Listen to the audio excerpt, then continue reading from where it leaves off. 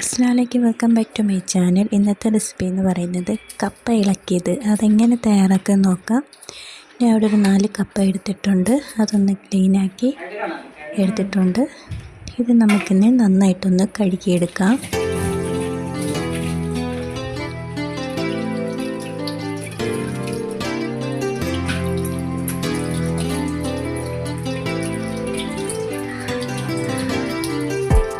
കഴുകിയെടുത്ത ശേഷം ഇത് ചെറിയ പീസായിട്ടൊന്ന് കട്ട് ചെയ്ത് പാത്രത്തിലേക്ക് ഇട്ട് കൊടുക്കാം. അത് കഴിഞ്ഞിട്ട് നന്നായിട്ടൊന്ന് കഴുകി ചെറിയൊരു കുക്കറിലിട്ടൊന്ന് ഇട്ട് കൊടുക്കാം.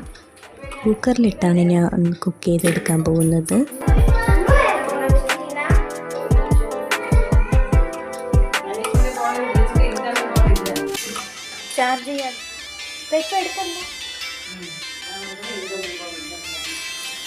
ഇതിലേക്ക് ആവശ്യത്തിന് വെള്ളം കൂടെ ഒഴിച്ചു കൊടുക്കാം. ഇതൊന്ന് അടച്ചു വെച്ചൊന്ന് കുക്ക് ചെയ്തെടുക്കാം. 2 വിസിൽ മതിയാവും കപ്പ വേവാനായിട്ട്.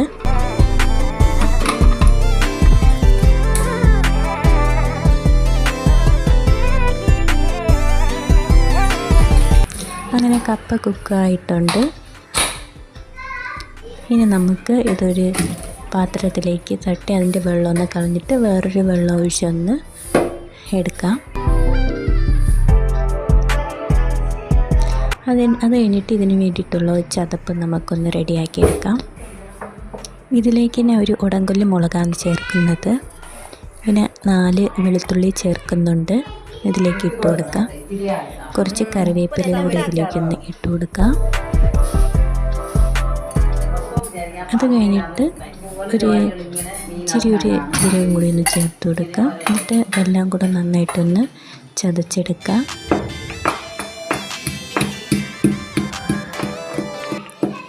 ചതച്ചെടുത്തതിന് ശേഷം നമുക്ക് അവിടെ വലിയ കപ്പ ഇടാൻ വേണ്ടിയിട്ട് ഒരു പാത്രം വെച്ചിട്ടുണ്ട്. അതിലോട്ടൊന്ന് കപ്പ ഇട്ടിട്ട് ഈ ചതപ്പും കൂടി ഒന്ന് അതിലോട്ടൊന്ന് ഇട്ട് കൊടുക്കാം.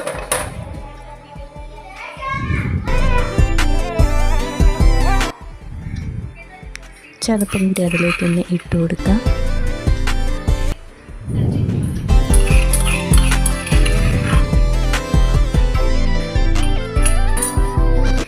ഒരു 1/4 ടീസ്പൂൺ മഞ്ഞൾപ്പൊടിയും കൂടി ഇതിലേക്കൊന്ന് ഇട്ട് കൊടുക്കാം. ആവശ്യത്തിന് ഉപ്പും കൂടി ഒന്ന് ചേർത്ത് കൊടുക്കാം. പിന്നെ ലേശം വെള്ളം കൂടി ഒന്ന് ഒഴിച്ചു കൊടുക്കാം. എന്നിട്ട് നന്നായിട്ടൊന്ന് ഇളക്കാം.